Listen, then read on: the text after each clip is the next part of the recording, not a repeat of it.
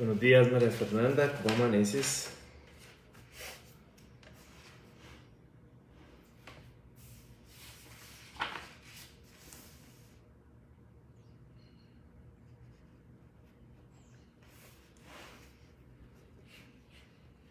Jackie Andrade, muy buenos días.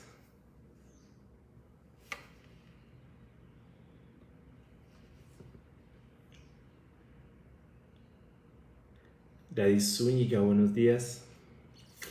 ¿Cómo amanecen?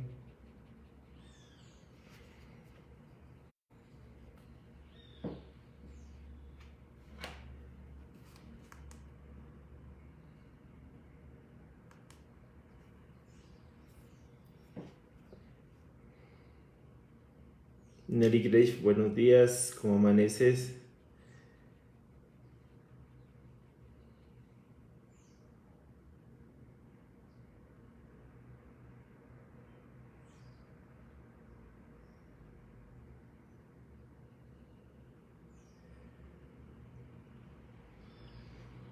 Igualmente, Jackie, un abrazo fuerte desde Medellín. Sandra Milena Saraz, muy buenos días.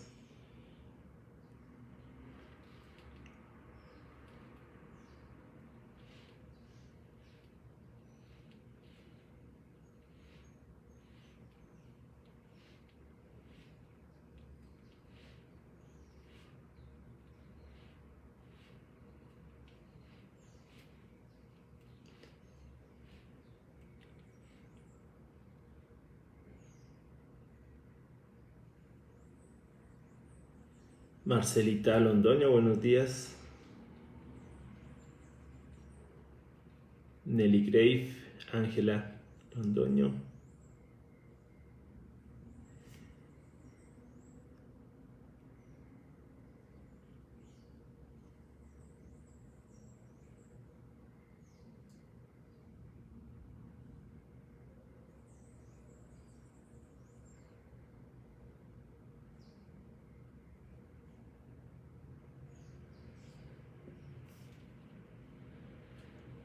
Martica de la Cruz, buenos días. Eugenio, buenos días. Don Jorge Londoño, buenos días. ¿Cómo están? ¿Cómo amanecen?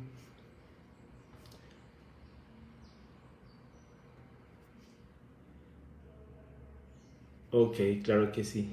Vamos a estar orando por eso.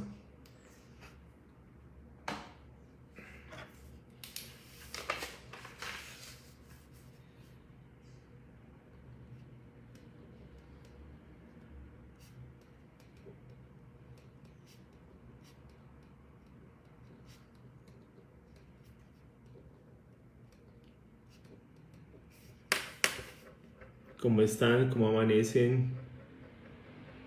Marro, buenos días. Dianita Saraza, ¿cómo estás? ¿Cómo amaneces? María Quintero, junto con Don Juan, buenos días. Doña Betty Díaz, buenos días. Alfredito Corrales.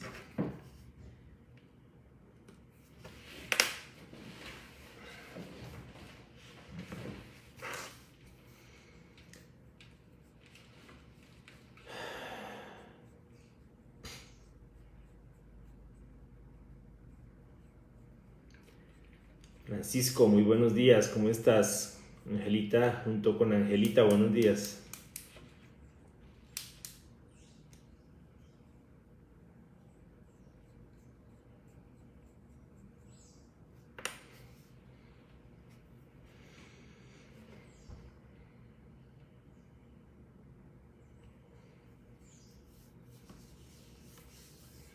Fabio Hernández, muy buenos días.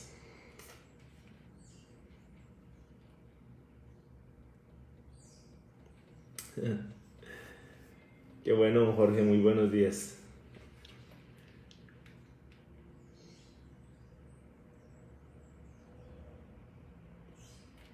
Alicita Rojas Velázquez, muy buenos días desde Bucaramanga.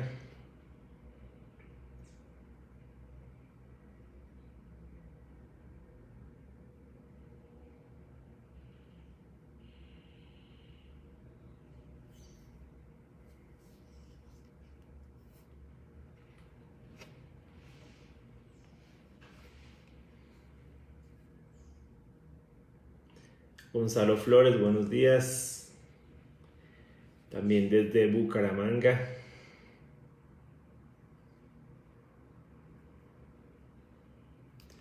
Supongo que hoy no nos van a acompañar muchas personas. Hay una gran parte de hermanos que supongo empiezan a trabajar el día de hoy. Entonces, Maritza Díaz, muy buenos días.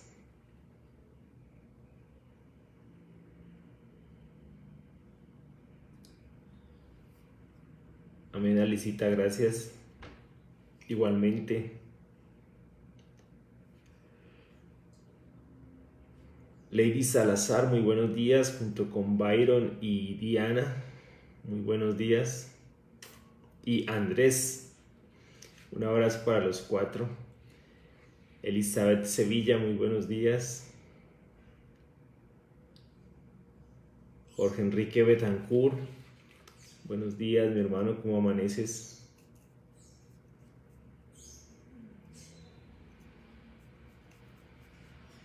Renato González, Malky, muy buenos días.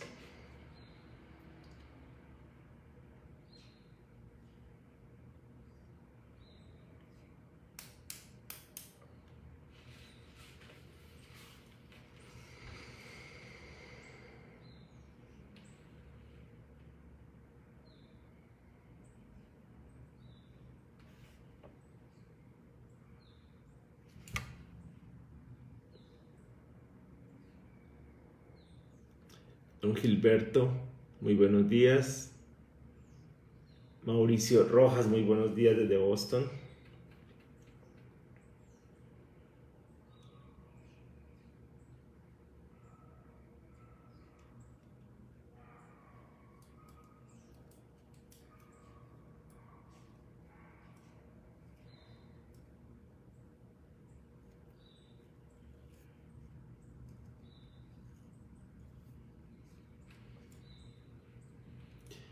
Luz Estela Montenegro, muy buenos días.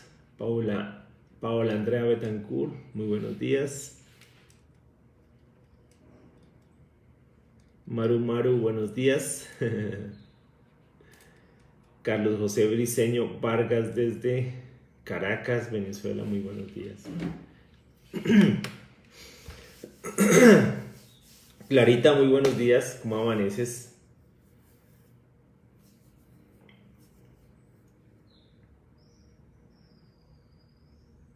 René Celaya, muy buenos días.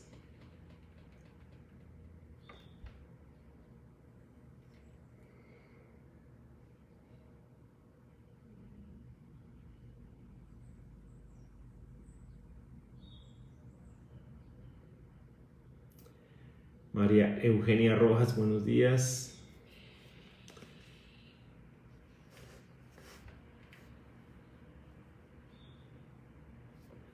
Sí, es cierto. Sí, vamos a estar orando por ella.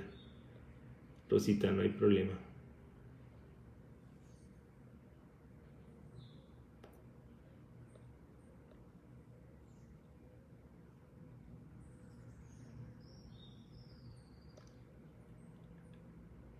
Pablito Pineda, muy buenos días. Guillermo Guevara, muy buenos días. ¿Cómo están? Fernandito Giraldo, muy buenos días, junto con María. Juan Garzón y Claudia, muy buenos días. Oscar Jaramillo, buenos días, mi hermano. Mami, buenos días, ¿cómo amaneces?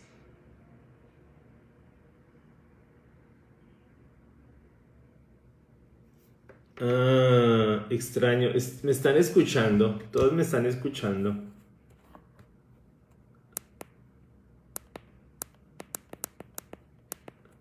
¿Sí me escuchan? Nelly dice que no tiene sonido, pero me gustaría saber si me escuchan. Puede ser mi micrófono.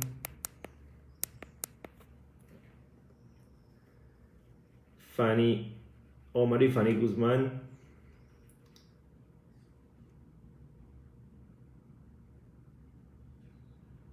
No sé si está por ahí Fabián. Mireya Gómez, buenos días.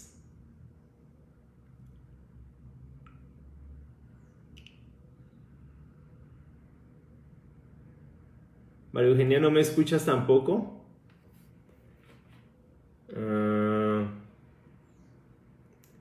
Es extraño, algunos tienen sonido, otros no. Me gustaría que me confirmaran cada uno si hay sonido, si tienen buen sonido.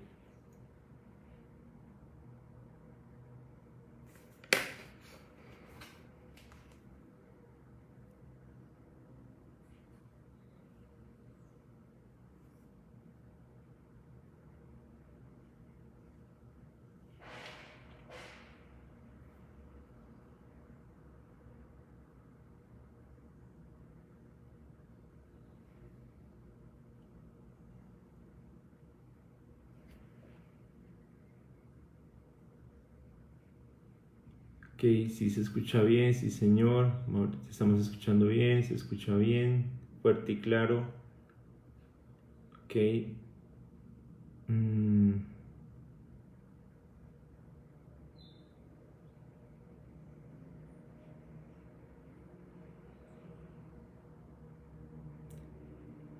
María Eugenia, algo debe haber en tu dispositivo. La mayoría me escucha.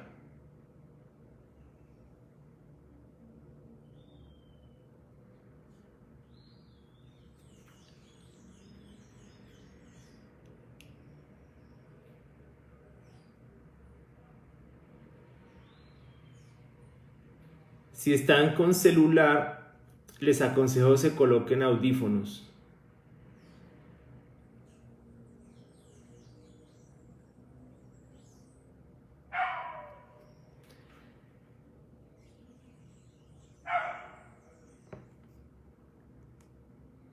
Puede ser que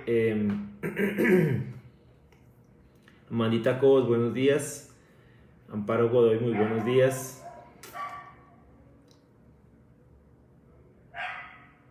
Ok, Lili Álvarez, muy buenos días.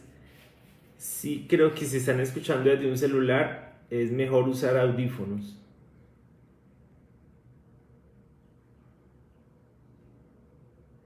Eduard Acosta, muy buenos días. ¿Cómo estás, mi hermano? ¿Cómo sigues? Carolina García, buenos días. ¿Cómo estás? Diego Andrés Flores, muy buenos días.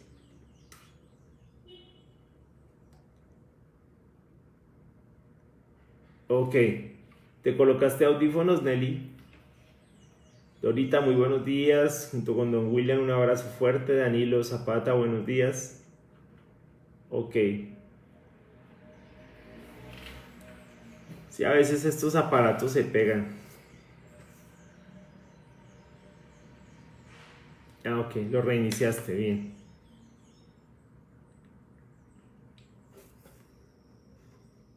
Ok, perfecto. Listo, vamos a esperar un par de minuticos más que más hermanos se conecten y empezamos.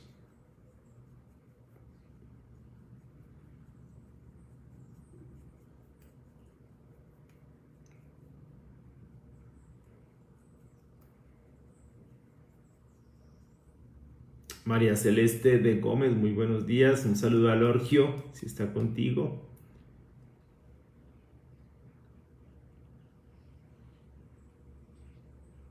Huber José Quiseno Rodríguez, muy buenos días.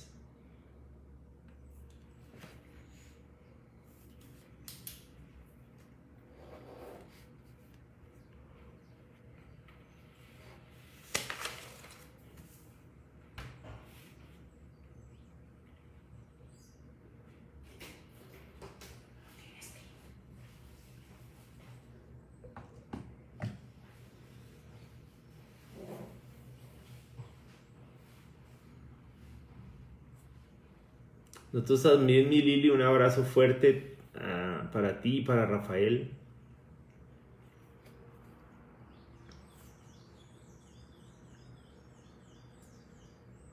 ¿Cómo estás, Huber? Muy buenos días.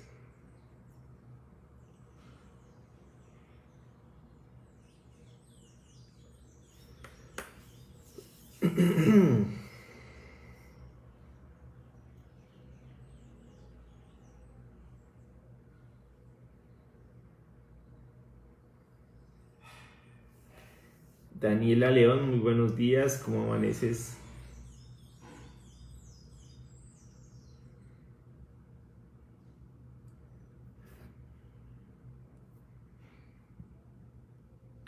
Un rico mate, qué rico. Igualmente para ti, para Lorge, un abrazo muy fuerte.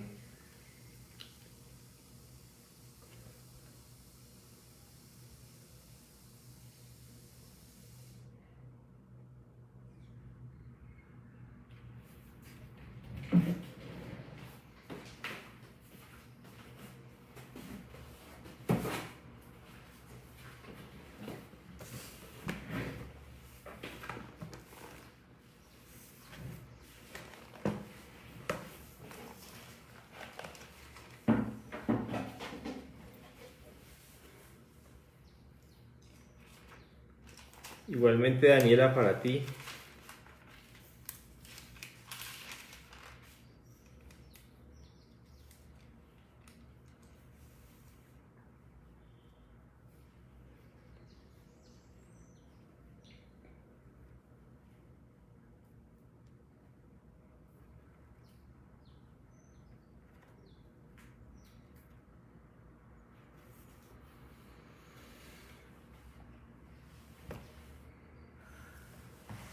Manuel Piero, muy buenos días. Mary Camargo, buenos días.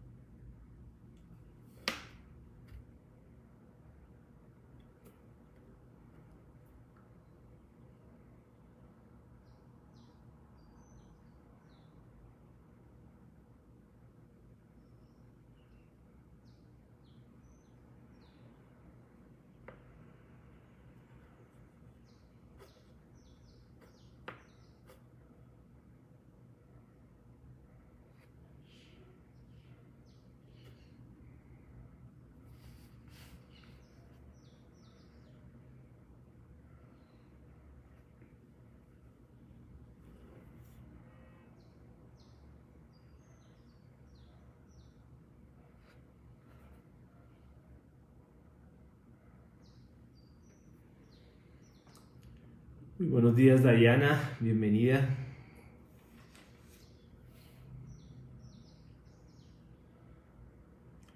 Javier Socha, muy buenos días.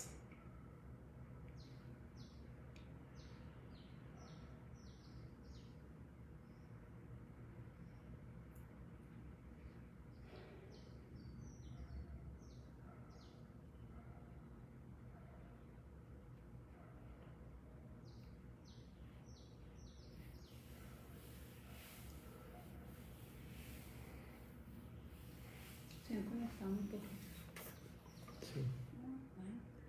Víctor Razuk desde Puerto Rico, muy buenos días. Hay gente que de pronto tuvo que empezar a trabajar Ya. aquí en Medellín.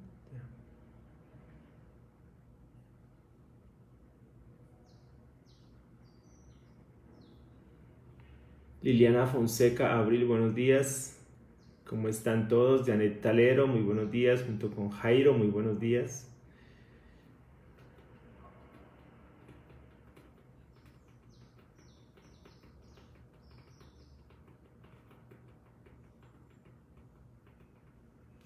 Leonor Tobar, buenos días.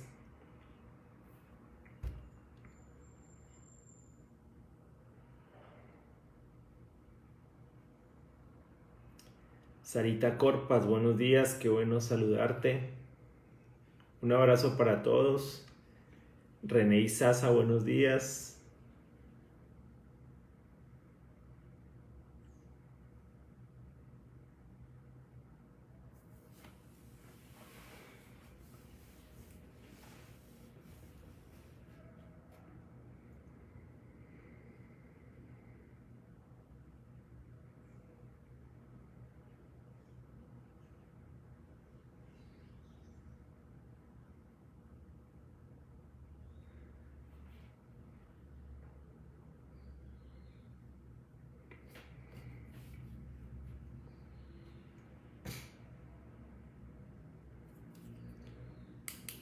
Julio Abelardo Melo, muy buenos días. Gloria Isabel Rojas, muy buenos días. Un abrazo para todos. Bueno. Para orar por Emma, la hija de Amba, ¿verdad? Sí. Que ya no tiene infección, ya puede comer. Pero todavía no puede volver a casa.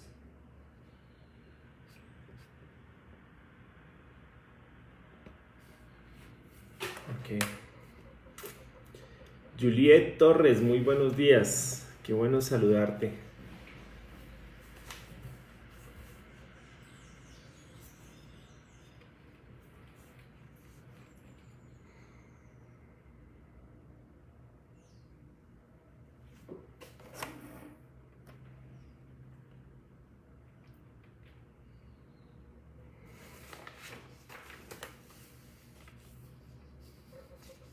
Igualmente para ti, un abrazo fuerte. Hoy empiezas a trabajar, o bueno, sigues trabajando, ¿no? ¿Quién? Juliet. Pero entonces hoy sale más gente.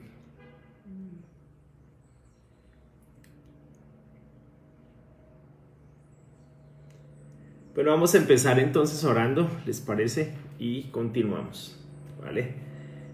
Me alegra mucho tenerlos acá. Qué especial, vamos a orar y continuamos con el tema de hoy. Ya les digo qué vamos a hacer el día de hoy. ¿Cuál es nuestro estudio el día de hoy? Padre Santo, buenos días. Te damos las gracias por esta mañana, Señor. Gracias por un nuevo día, Padre. Gracias por permitirnos estar aquí, Señor, delante de ti. Realmente es un lugar y un momento muy especial, Padre amado, porque pues no hay mejor lugar para estar que en tu presencia, Padre Santo, y ahí podemos realmente descansar, ahí podemos realmente encontrar refugio, encontrar este descanso para nuestras almas, Señor. No han sido días fáciles, no lo siguen siendo. Hoy un gran número de personas en el país empiezan labores. La actividad económica se comienza a recuperar de forma paulatina, pero evidentemente es otra de unos riesgos, ¿no? Y pues queremos rogarte, Señor, porque todas las personas cumplan con esos parámetros de bioseguridad que se establecen en el sistema de transporte, por la calle, en las empresas, en los almacenes de cadena, en cada cosa, Señor, que comienza a funcionar hoy. Te rogamos, Dios, porque cada persona como que sea consciente de la necesidad de seguir todas estas pues direcciones de bioseguridad, de poder minimizar el riesgo de contagio y pues que lógicamente podamos seguir lidiando con esta pandemia de la mejor forma posible. Te oramos, Señor, para que cuides a cada una de las personas que sale a trabajar, que quienes de pronto están con algún tipo de dolencia, gripa o algo así, no salgan, Señor, porque pues obviamente es más difícil, Señor. Solamente te oro porque como que crees conciencia en cada uno de nosotros realmente de la necesidad de aportar cada uno para lograr vencer esta situación. Te oro por cada una de estas personas, te oro por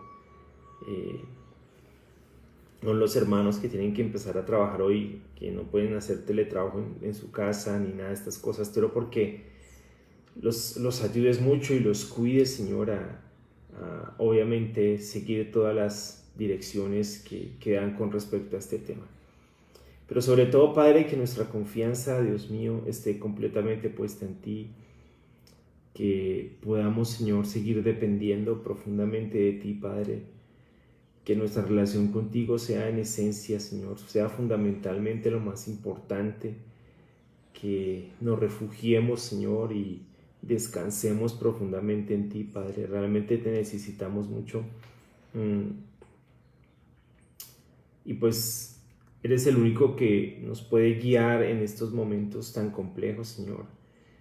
Te oro porque nos des la sabiduría, Padre, para saber lidiar con este tema de la pandemia, para saber enfrentar este momento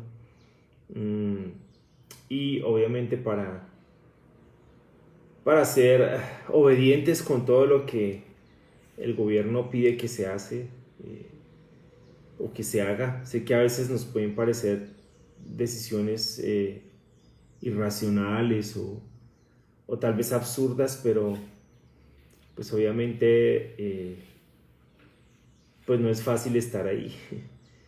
Yo pienso que se están tomando decisiones pues pensando obviamente en todos, luchando porque esta pandemia no nos arrodille como lo hizo con otros países.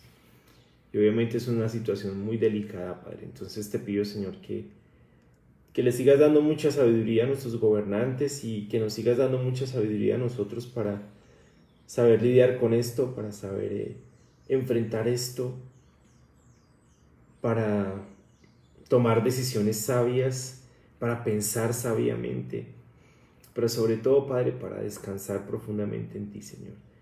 Te oramos para que nos guíes, nos acompañes y nos sigas dando fuerzas, Dios, para seguir enfrentando este tiempo y tal vez otros tiempos que vengan, no lo sabemos. Te oramos por los hermanos que están enfermos, a los que se les ha dificultado, Dios mío, salir de esto, que están siendo más, pues como que se han puesto más enfermos y está siendo difícil para ellos recuperarse. Te oro, Padre, por ellos, te oro porque los ayudes a levantarse de esto, Señor, los ayudes a recuperarse profundamente,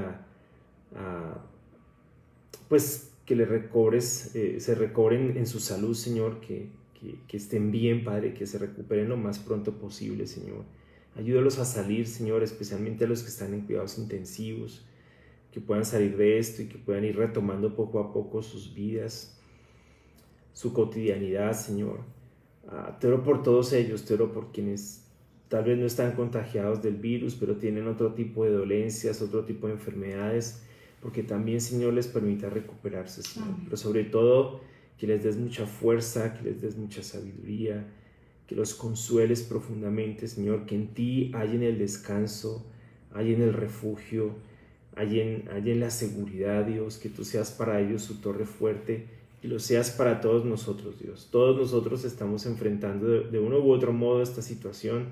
Para unos está siendo más difícil que para otros, pero igualmente te rogamos, Señor, porque nos permita refugiarnos profundamente en ti, Señor, escondernos en ti, descansar en ti, Señor, que tú seas nuestra torre fuerte, Señor.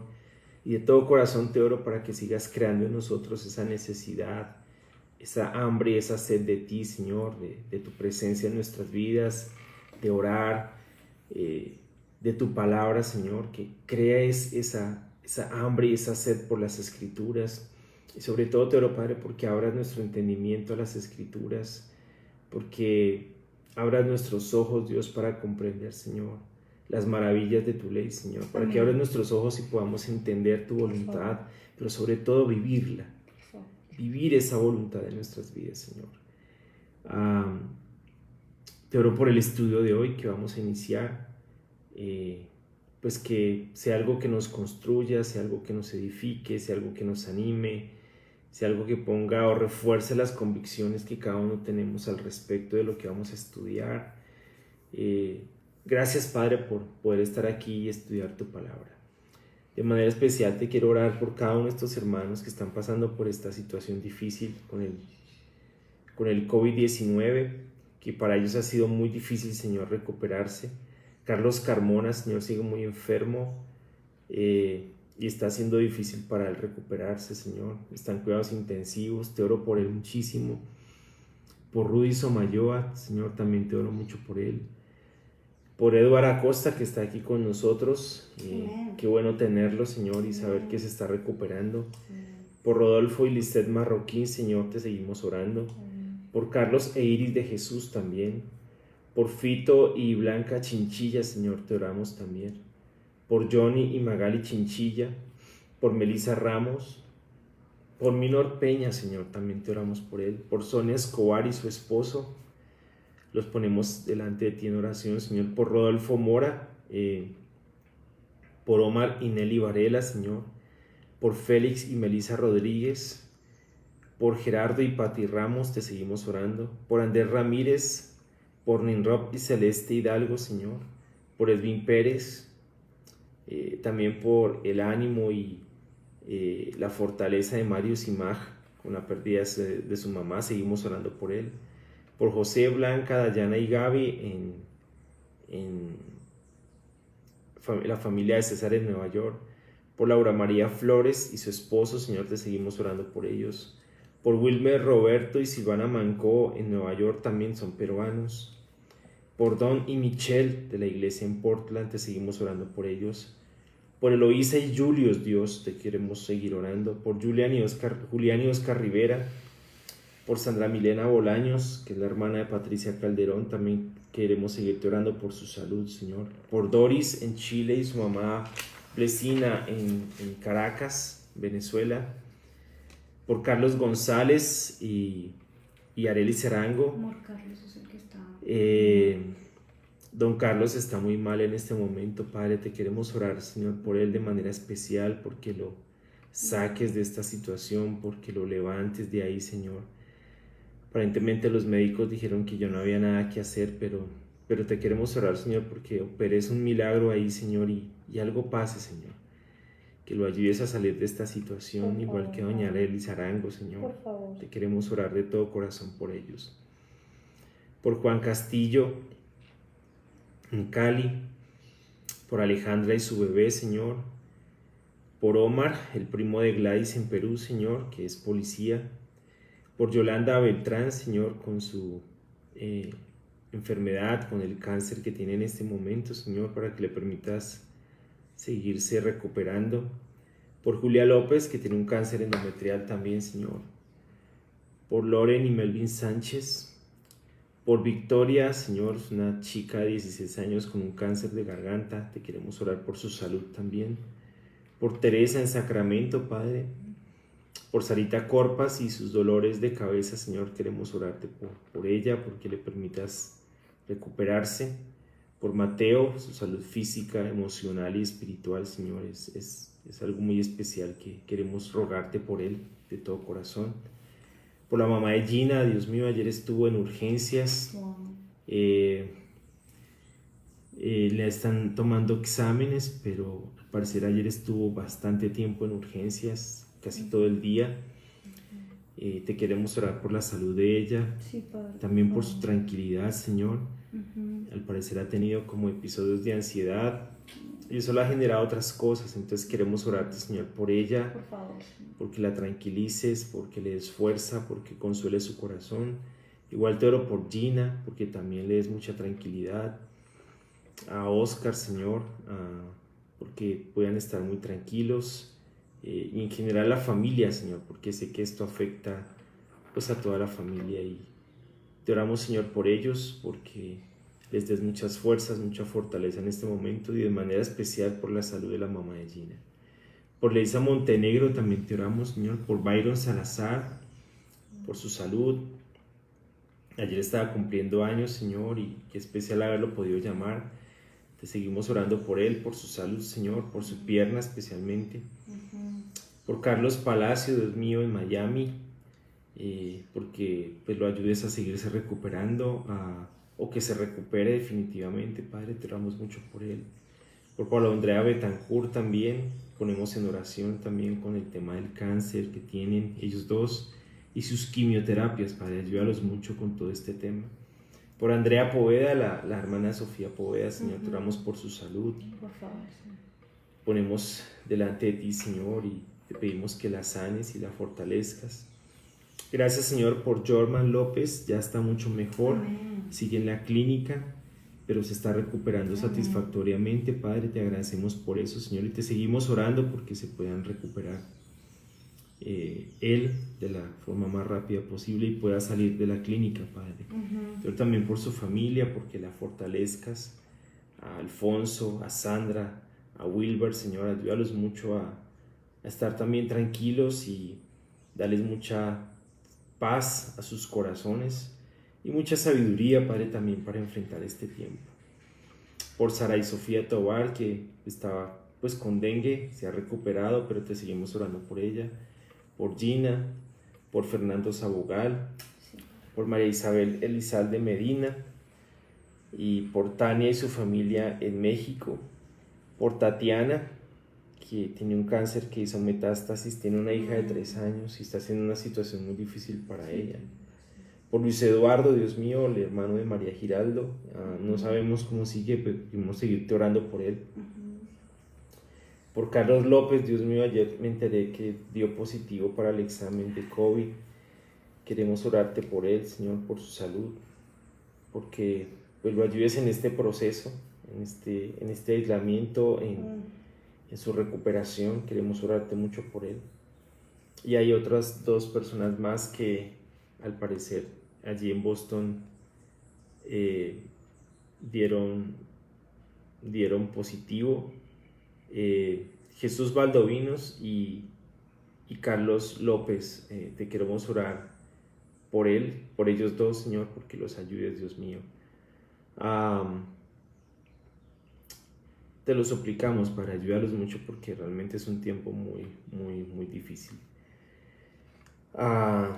Por la familia de Dayana también, por Cristo Fidela Salazar en Lima, que ha estado bastante enferma, te oramos mucho por ella. Por Eugenia Penagos, que me piden que ore también por ella por un tumor que tiene en su cabeza. Por Eduardo Pastrana, tiene una falla cardíaca y tiene un problema en sus riñones. También hoy por las personas que salen a trabajar. Brian, el hijo de Sandra Milena Salazar, que sale hoy a trabajar, te oramos mucho por él.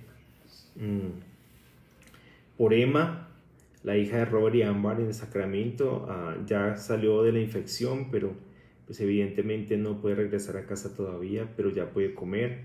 Entonces te seguimos orando por ella, porque se recupere, y por Robert y Ámbar, porque puedan estar muy tranquilos y porque pues tú les des mucha fortaleza en estos momentos tan difíciles. En fin, Padre, realmente te oramos por cada uno de ellos, Dios mío, por cada uno de ellos, porque los ayudes y ayudes a sus familias, Señor. Realmente recurrimos a ti porque tú eres nuestro médico, tú eres nuestro sanador, no solamente físicamente, Señor, sino espiritualmente. Entonces queremos ponernos en tus manos y poner a todos estos hermanos y amigos en tus manos, para que tú tengas muchísima misericordia, mi Señor, mucha compasión, y les permita recuperarse todo esto, Señor, conforme a tu voluntad.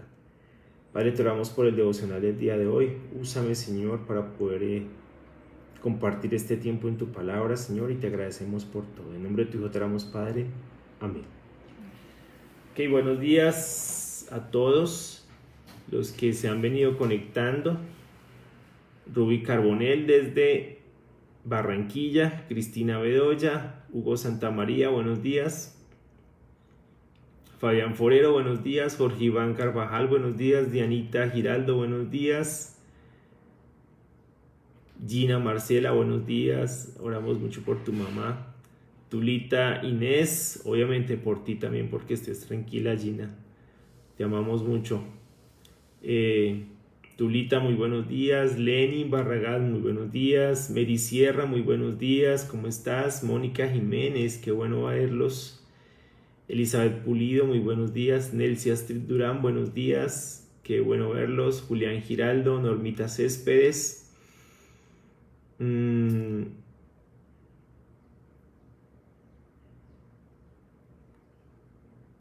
Ok, María Pilar, qué bueno, me alegra mucho que a tu papá ya le dieron salida. Igual seguimos orando mucho por él. Qué bueno, son buenas noticias. Igual Jorman, como les comentaba, también está mucho mejor. Orlando Hernández, muy buenos días. Mónica Rueda, Olga Aidet Morán, muy buenos días. Amanda Martínez Pinzón, muy buenos días. Bueno saludarte. Edith Joana Rosario, buenos días, junto con Armandito, Mateo y Max. Carlos Arturo Sanabria, buenos días. Vicente Calquín, buenos días. Mónica Gaviria y Carlos Barros, buenos días. Mafalda Zapata Zapata, mi querida amiga, muy buenos días. Ella no se llama Mafalda, sino que se pone así. Ay, Dios mío. Y Juliet, buenos días. Que te vaya muy bien en tu trabajo el día de hoy. Que Dios te siga cuidando profundamente. Gloria Isabel Rojas Rosso, muy buenos días. Creo que ya los saludé a todos, ¿verdad? Dalia del Pilar Díaz, muy buenos días. Gladys Villar, buenos días. ¿Cómo sigue tu primo?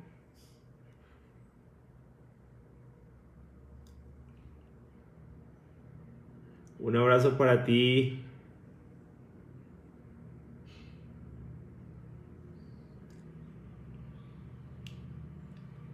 Mi querido amigo Dairo, muy buenos días. ¿Cómo amaneces? Paufer Santana Orrego, buenos días. Carlos Arturo Sanabria, te llamo para que charlemos de lo que me comentaste el tiempo que querías que pasáramos. Te llamo.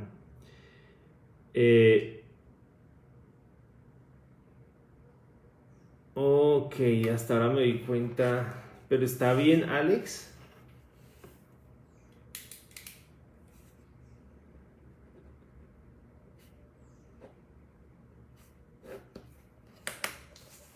Ok.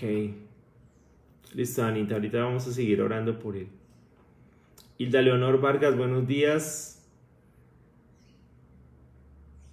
Oscar Figueroa, muy buenos días, mi hermano. Bella Astrid Moreno, buenos días.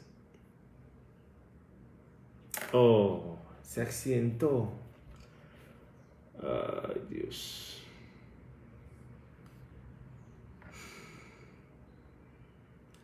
Listo, vamos a orar ahorita por él. ¿Me cuentas, porfa, cómo están las cosas? Por favor. Ok, sí, ahorita oramos entonces también por doña Nubia, la mamá de Fabián. Ayer estábamos orando por ella, pero ahorita terminamos orando por ellos. Pablo Andrea Agudelo, muy buenos días. Alejito Parra, buenos días.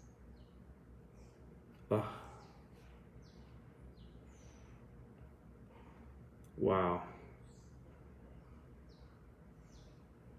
Listo, Dianita, vamos a estar orando mucho por él y obviamente por ti. Tranquila, bueno. Neri Savila, buenos días. Ok.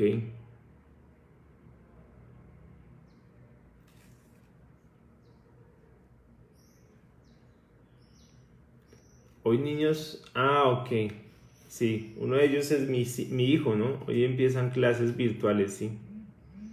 Listo, Anita, vamos a estar pendientes de eso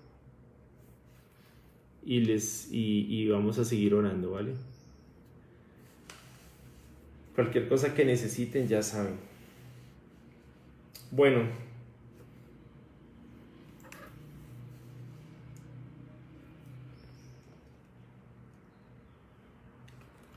Ok.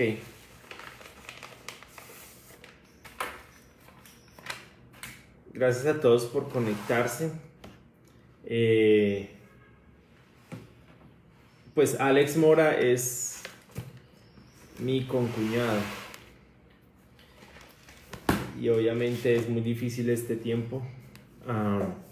Les pido estén orando mucho por Diana. Para que esté tranquila y veamos cómo podemos ayudar de la mejor manera posible. Alex trabaja de noche llevando domicilios, entonces en este momento es prácticamente el único que está trabajando allí en la casa, entonces está siendo bastante difícil para ellos. Les pido que sigan orando mucho por ellos, por Alex y por Diana. Y si él ahora hace accidente, pues va a ser mucho más difícil el tema. Les pido mucho que estén orando por ellos, por favor. Gracias. Bueno, Hoy continuamos, vamos a hacer un estudio acerca de Efesios. Vamos a empezar con la carta a los Efesios, ya que escuché que querían que estudiáramos Efesios. Entonces vamos a estudiar Efesios. Efesios es una de las cartas pues de la cautividad. O sea, ya hablamos de Filipenses, hablamos de Colosenses. Interesantemente, cada carta tiene un tema particular, ¿sí?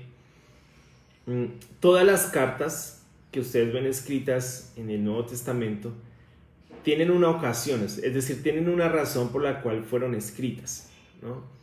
Hubo una necesidad que atender en particular, un problema con el cual lidiar. Entonces,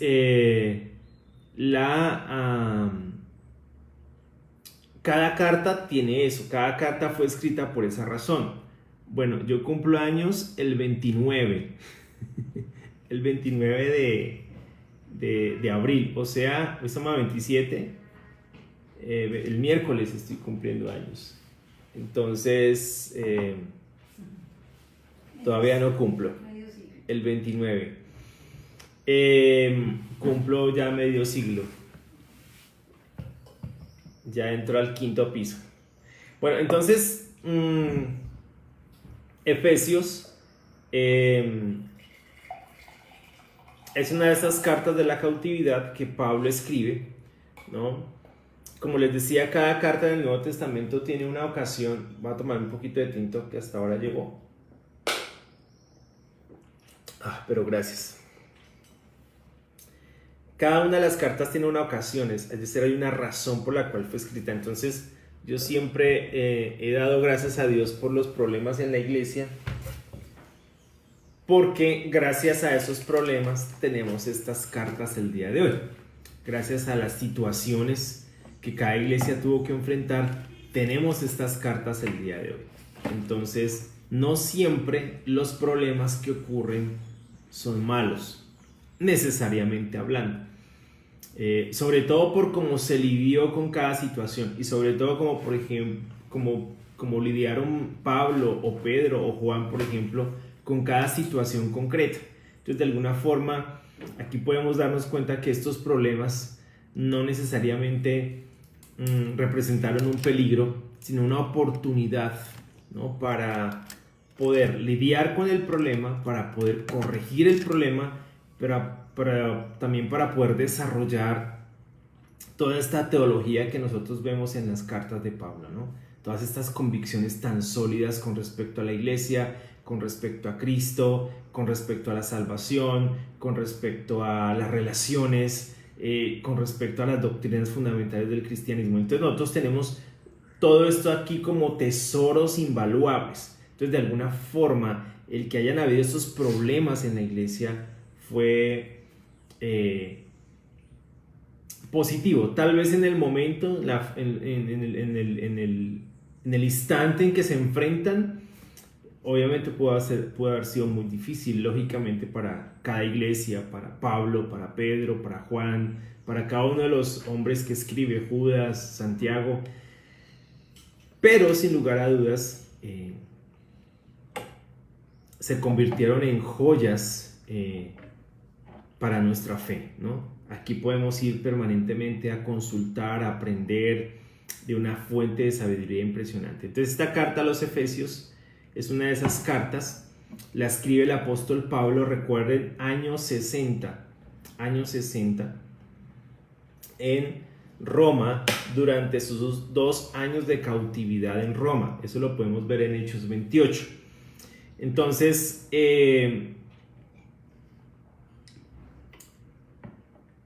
quien portó la carta o quien llevó la carta fue uno de los colaboradores de Pablo, que se llama de nombre Tíquico. Es el que lleva evidentemente la epístola a sus destinatarios. En Efesios 6, 21 y 22 podemos apreciar eso.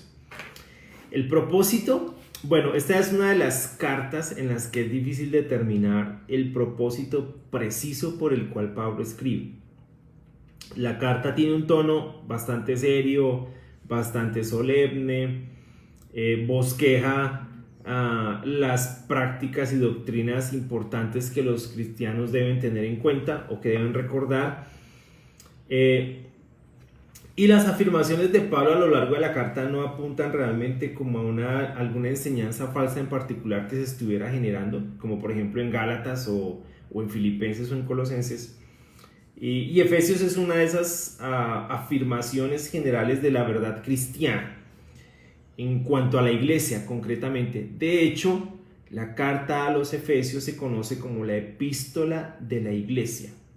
Pero cuando pensemos en este concepto de iglesia, tenemos que quitarnos el chip de la iglesia institucional, ¿no?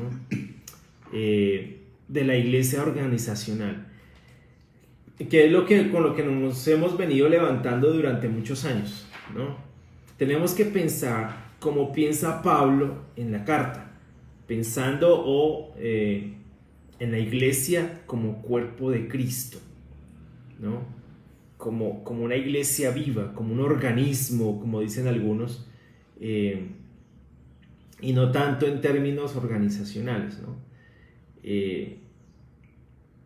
Porque no es como está pensando Pablo aquí. Algunos han dicho, por ejemplo, en cartas como Primera, Segunda Timoteo y Tito, que es el comienzo de la iglesia institucional, pero la verdad eso es como un nombre que le quita relevancia a lo que realmente pensaban los escritores del Nuevo Testamento con relación a la iglesia. Por ejemplo, cuando comencemos a observar la carta y a estudiarla de forma detenida, nos vamos a dar cuenta que Pablo pensaba en la iglesia como cuerpo de Cristo, como algo mucho más profundo que simplemente una iglesia organizacional o un lugar organizacional o una institución o algo por el estilo.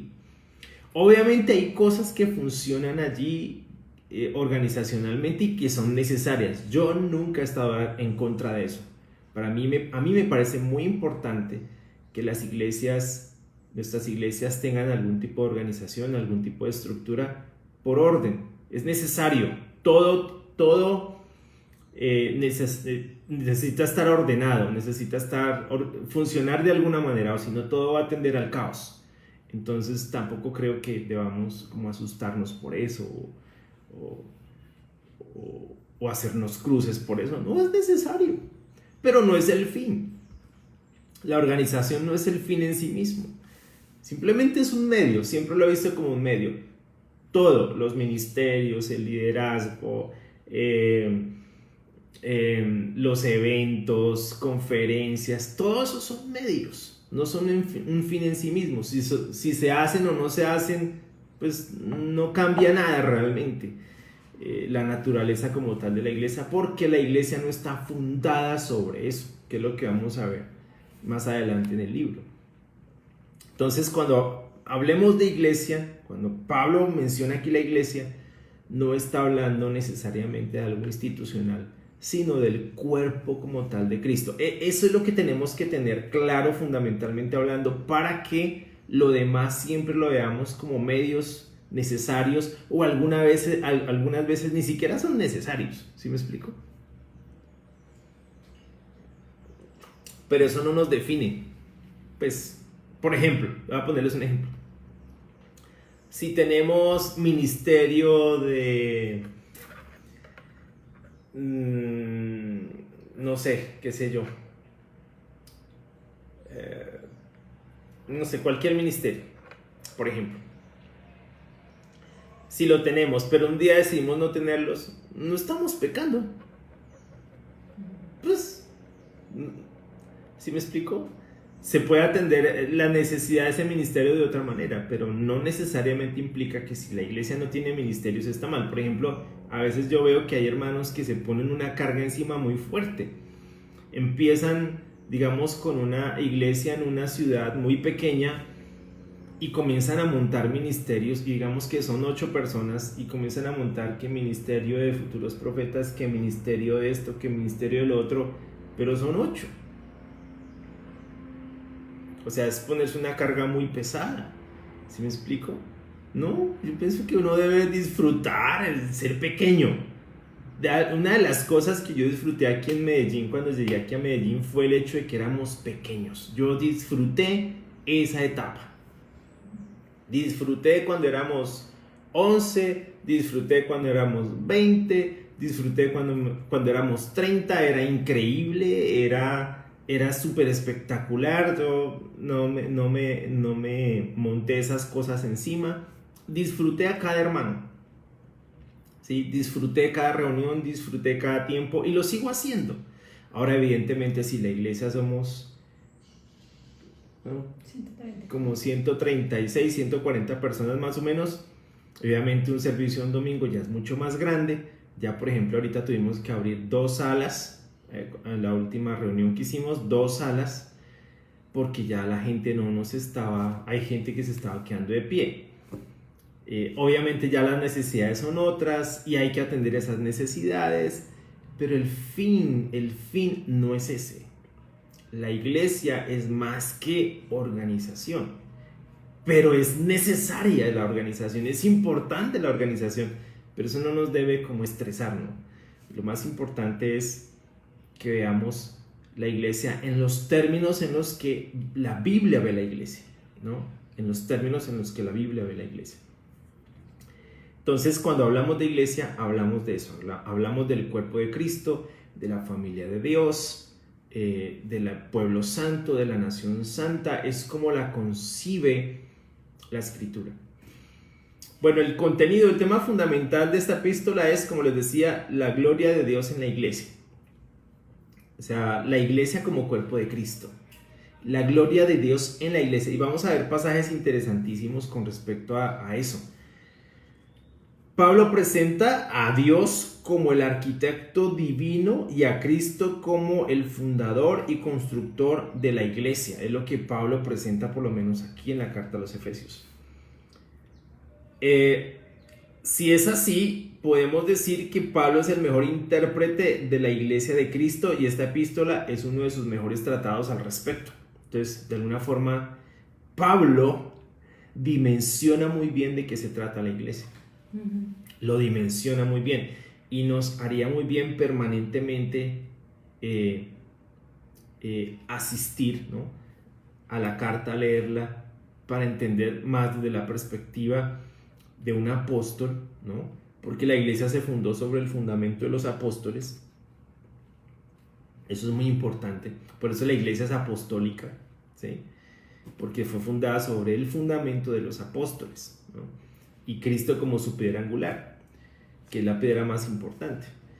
Entonces, ir y escuchar, leer de un apóstol inspirado por Dios, ¿cuál es la naturaleza de la iglesia?, ¿no? Y obviamente nos vamos a ir formando una idea mucho más bíblica de lo que realmente es y debería ser la iglesia. Pero hallar mucha tranquilidad en que lo que hacemos no define quiénes somos, es al contrario. Es al contrario. Lo que somos define lo que hacemos. ¿Sí me explico? Eso siempre tiene que ser de esa manera. Entonces lo que vamos a hablar hoy, ya teniendo como este panorama, este contexto como tal, aunque no hay una razón de fondo, sí había como algo que les quiero leer acá, que me parece importante considerarlo. Aunque no hay una razón de fondo como una necesidad específica, una herejía en particular que se estuviera tratando en la iglesia en Éfeso, dice: sin embargo hay buenas bases para pensar que al escribirla el apóstol tenía en mente una crisis espiritual común a las iglesias del Asia Menor, entre ellas obviamente Éfeso, suscitada por un ambiente religioso caldeado de supersticiones y un opresivo temor a los poderes astrales, como las religiones de misterio que en esa época eran muy fuertes. Lo más probable es que los creyentes de toda la región se sintieran tentados a recurrir a la manipulación de los poderes sobrenaturales por medio de la magia y el exorcismo, lo cual negaba de forma tácita el carácter absoluto del poder de Dios y del señorío de Jesucristo.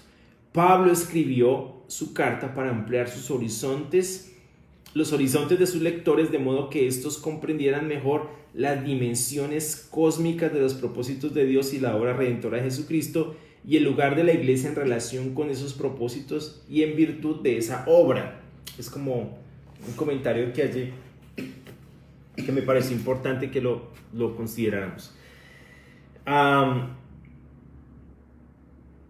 Vamos a hablar hoy ya después de esta contextualización, un poco panorámica, pero nos da como luces de por qué se escribe la carta.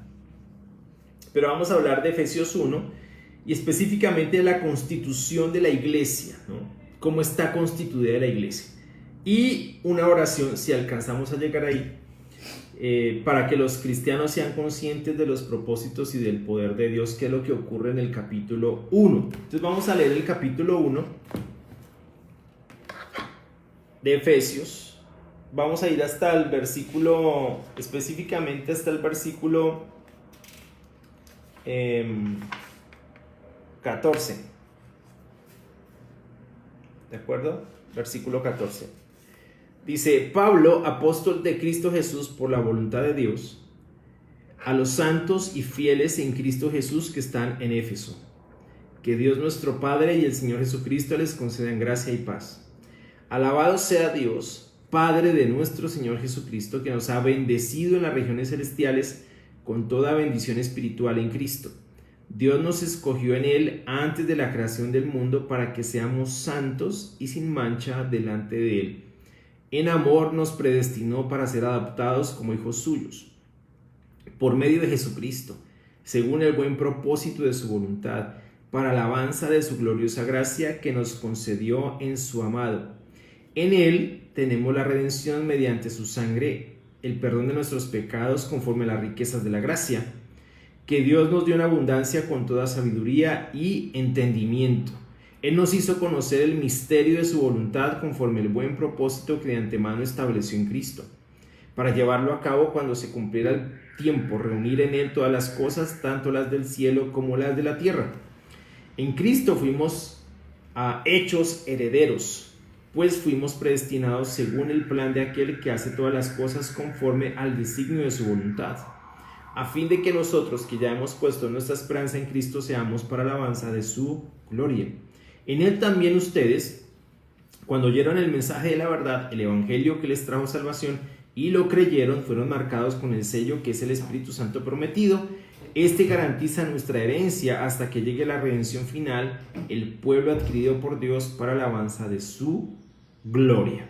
Ok, así empieza esta carta y me parece muy especial. Y ustedes si se dieron cuenta, a lo largo del primer capítulo, estos primeros 14 versículos, se menciona mucho la palabra o la frase en Cristo, esas dos palabras, en Cristo. Recuerden que la partícula en griego significa dentro de, cerca de, como una relación muy cercana. A mí siempre me ha parecido el significado dentro de Cristo mucho más profundo con respecto a nuestra relación con Dios. Es decir, que estamos dentro de Cristo, en una relación muy profunda. Eso describe mejor la relación que tenemos nosotros con Cristo. Estamos dentro de. Y eso armoniza con lo que leímos en Colosenses 3:1, que nuestra vida está con Cristo en Dios. O sea, dentro de Dios, escondida. O sea, no estamos fuera. No estamos fuera. A mí me gusta pensar mucho más así. Cuando estudié esta palabra en griego, me llamó mucho la atención ese significado, dentro de, que me parece mucho más profundo. Entonces nos ayuda a entender mucho más que nuestra relación con Cristo no es algo superficial. Por lo menos Él no lo toma como algo superficial, es algo muy profundo. Entonces estamos en Cristo, dentro de Cristo. Esa palabra a mí me parece espectacular. Entonces lo primero es, vamos a hablar de la constitución de la iglesia. Lo primero que aparece en los versículos 1 y 2 son los saludos que hace Pablo a los santos o a la iglesia, que son característicos de Pablo, ¿no? Entonces Pablo advierte de primera mano en el contexto de su saludo que es un apóstol enviado de Cristo por la voluntad de Dios, ¿no? Recuerden que para la época en que escribe Pablo estas cartas, fue muy recurrente el cuestionamiento hacia su apostolado. Habían, especialmente de la corriente judaizante, de la secta judaizante, que eran estas personas que buscaban o pretendían convertir a los gentiles primero en judíos para luego ser cristianos. Especialmente de esta secta del judaísmo cuestionaban muchísimo el apostolado de Pablo. consideraban que Pablo realmente no era un apóstol y que el Señor Jesucristo no se le había aparecido por el camino y todo esto que simplemente es una falacia, ¿no? Muy profunda, porque pues, si quieres tumbar la autoridad de alguien, pues simplemente pones en duda su integridad fácilmente, y cualquier cosa que diga, entonces tú pones en duda su integridad y ya lo demás supuestamente no tiene valor. Pero era lo que hacían estos personajes solamente para implantar sus ideas en la iglesia. Pablo defiende categóricamente su apostolado y siempre dice: Pablo, apóstol de Cristo Jesús por voluntad de Dios. Es decir, él no fue un apóstol que se autonombró apóstol, no fue un apóstol nombrado por otro apóstol, fue un apóstol enviado, nombrado, ordenado por Dios. O sea, él siempre ha sido muy categórico en eso. En cada carta en la que se presenta como apóstol, es muy categórico en decir que él es un apóstol enviado por el Señor Jesucristo, nombrado, ordenado por el Señor Jesucristo, y de eso no hay la menor duda. Pablo se refiere a los discípulos en Éfeso como santos y fieles. Entonces cabe destacar aquí que es la forma en que nos ve no solo un apóstol, sino Dios mismo. Y es como debemos tratarnos en nuestros saludos e interacciones unos a otros. Entonces aquí podemos entender un poquito más recurriendo o recordando que esta epístola o esta carta habla de la iglesia. Entonces Pablo se refiere a la iglesia como a los santos y fieles en Cristo que están en Éfeso.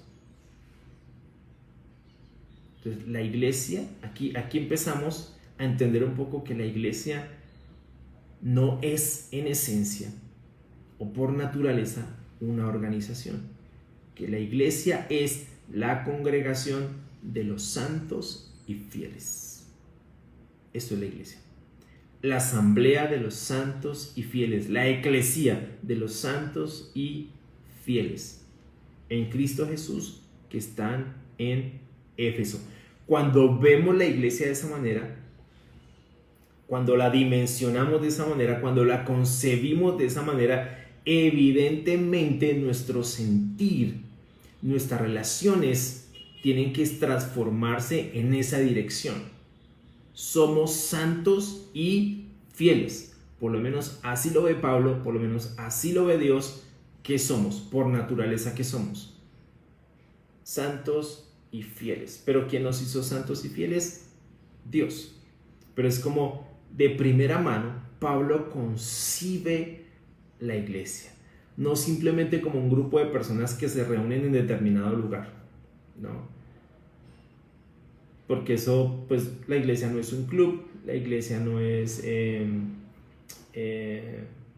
una organización de ayuda a los necesitados, la iglesia no es una empresa, no es un colegio, no es nada de eso.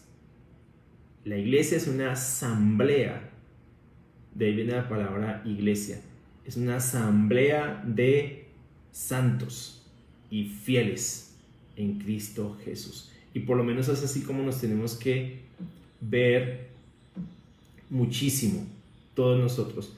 Hay una diferencia entre discípulo y apóstol, claro.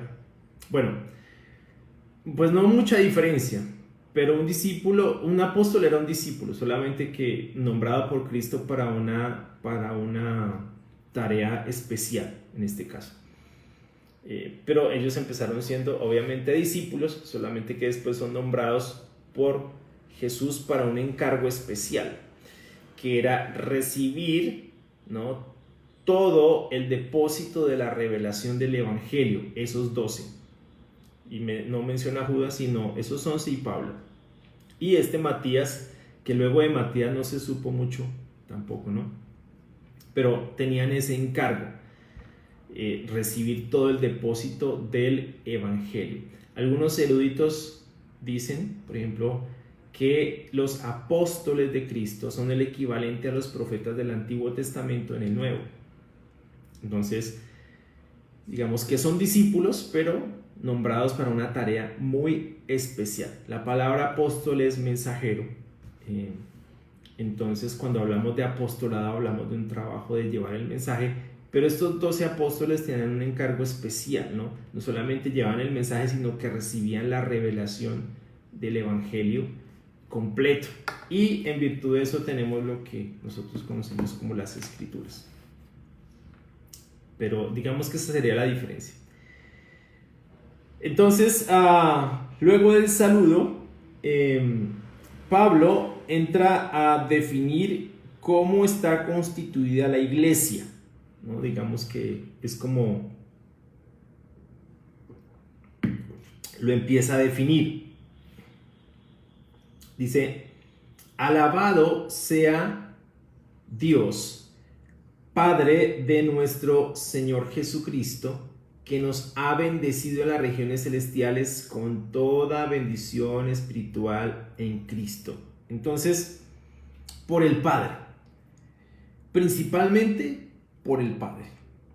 Pablo alaba a Dios, el Padre de nuestro Señor Jesucristo, que nos ha bendecido, como dicen, en las regiones celestiales con toda bendición espiritual. Señala que Dios mismo es el autor de todas las bendiciones espirituales que son nuestras en Cristo. Estas bendiciones son de carácter espiritual y no deben de confundirse con bendiciones materiales, ¿no? Hay un autor, Bonnet, dice que bendecir a Dios es alabarle y glorificarle en un sentimiento de adoración, de reconocimiento y de amor. Entonces, que nos ha bendecido, dice, en las regiones celestiales con toda bendición espiritual en Cristo. Entonces la iglesia, mis hermanos, no fue una idea de un hombre. Por eso no la debemos tratar en los términos de una organización. O pensar que la organización en sí misma es la iglesia como un fin en sí mismo. No. Todo eso que yo les he dicho hace un momento, ministerios y todo lo demás, son medios. Son medios. Pero la iglesia no fue la idea de un hombre. ¿Sí me explico? La iglesia fue idea de Dios. La concibió Dios. O sea, no fue una idea, no fue que a alguien se le ocurra, ay, bueno, reunámonos a ver qué pasa. No, eso no fue la idea de una persona. Entonces la iglesia no es una fabricación humana. La iglesia no como organización y no como institución, sino la iglesia como pueblo santo, como nación santa, como cuerpo de Cristo. No fue concebida por un ser humano. No se la inventó Pablo, no se la inventó Pedro. No, la iglesia empezó con Dios. Fue una idea de Dios, incluso desde el Antiguo Testamento. ¿Sí? La asamblea se reunía para escuchar la palabra de Dios y para aprender a temerle. Es lo que dice Deuteronomio 4:10. Entonces empezó por el Padre. Y dice Dios, en el versículo 4 dice: Dios nos escogió en él antes de la creación del mundo para que seamos santos y sin mancha delante de él. En amor nos predestinó para ser adoptados como hijos suyos por medio de Jesucristo, según el buen propósito de su voluntad, para alabanza de su gloriosa gracia que nos concedió en su amado. Vamos hasta ahí. Entonces, esto habla primero que Dios nos escogió en Cristo antes de la fundación del mundo. Nos escogió en Cristo. Entonces, el Padre nos escoge. Entonces, esto habla de un acto soberano del Dios eterno que no conoce límites ni de tiempo ni de espacio. Esta es la forma como constituye la iglesia y está dada como una bendición espiritual para el cristiano, ser escogido desde antes de la fundación del mundo. Si eres un cristiano, si eres un discípulo, fuiste escogido desde antes de la fundación del mundo para constituir algo que empezó en el corazón de Dios, que es la iglesia. Vuelvo y repito, no como organización, no como institución, sino como pueblo santo. Como pueblo santo. fuiste escogido en Cristo desde antes de la fundación del mundo. ¿Qué significa eso? Que fue una idea de Dios. Por eso tenemos que valorar la iglesia profundamente. Apreciarla, amarla, cuidarla, defenderla. Porque hay mucho lobo rapaz por ahí queriendo hacer daño, como hemos visto en Filipenses y Colosenses. ¿Nos escogió para qué? Para que seamos santos y sin mancha delante de Él. Nos escogió para que seamos santos y sin mancha delante de Él. ¡Ojo! Esto es serio. No se nos escogió simplemente para ser parte de un grupo.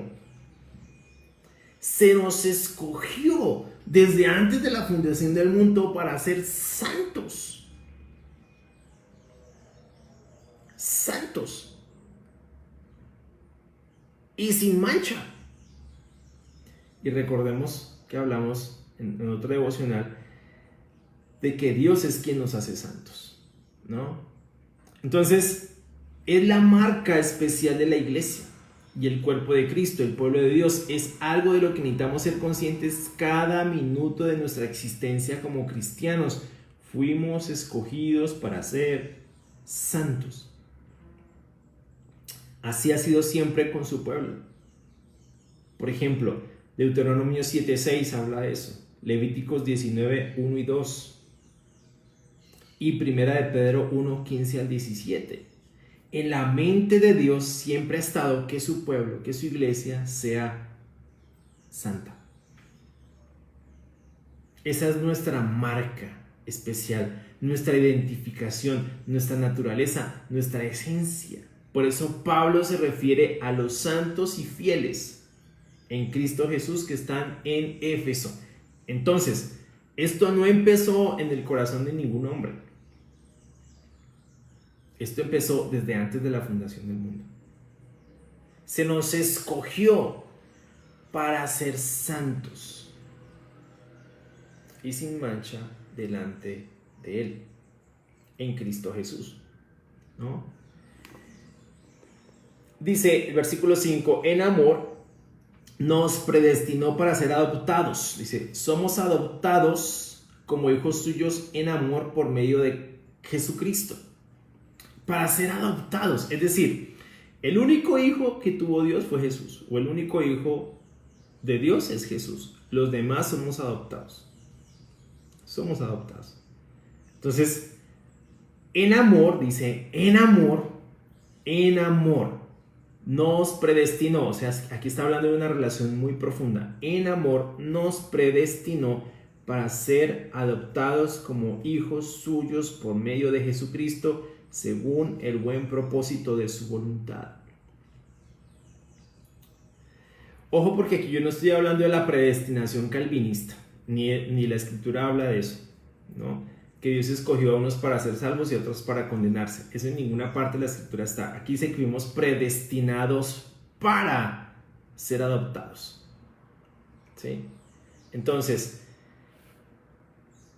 evidentemente Dios espera que cuando el evangelio se proclama, respondamos al evangelio. Entonces, ¿a quién elige Dios? ¿A quién responde al evangelio? Dios no elige de forma arbitraria. Dios elige a quien responde, y esa es la lógica bíblica. ¿Sí me explico? Dios elige a quien responde. Entonces, fuimos predestinados ¿para qué? Para ser adoptados como hijos suyos por medio de Jesucristo. Esto armoniza con pasajes como Juan 1:13 y Gálatas 3:26-27, de que en Cristo somos hijos de Dios. Por la fe en Cristo somos hijos de Dios, según el buen propósito de su voluntad. Y el versículo 6 es muy importante. El versículo 6 nos habla, dice que para alabanza de su gloriosa gracia que nos concedió en su amado. Entonces, el propósito de cada cristiano, ¿cuál es? Vivir para la gloria de Dios. Fuimos escogidos, fuimos predestinados para la alabanza de su gloriosa gracia. ¿Sí? Nos hace santos, nos hace sus hijos, pero nuestra responsabilidad como cristianos, el propósito de nuestras vidas es glorificar a Dios. ¿Qué diferencia hay con respecto a qué, Alain?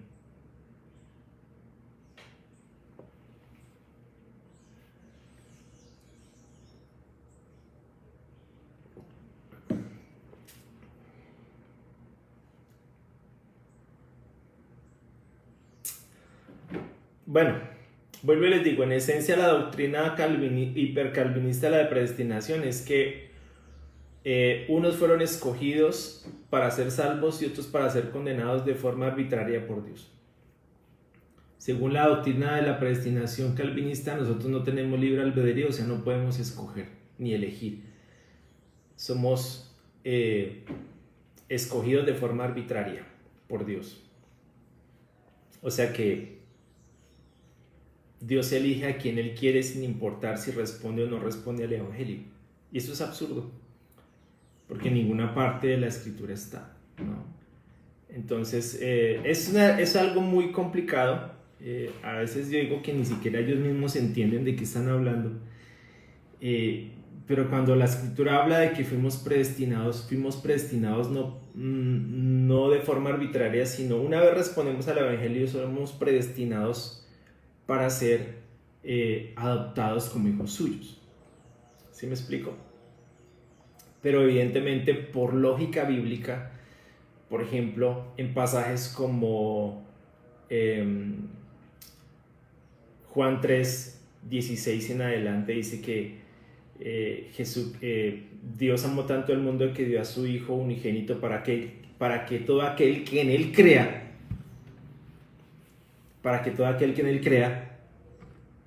¿sí me explico? ¿Eso qué significa?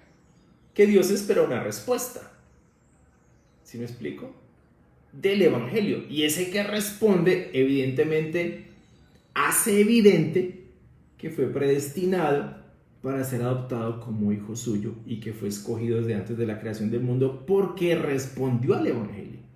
Recuerden una cosa: Dios no está sujeto a nuestro espacio ni a nuestro tiempo.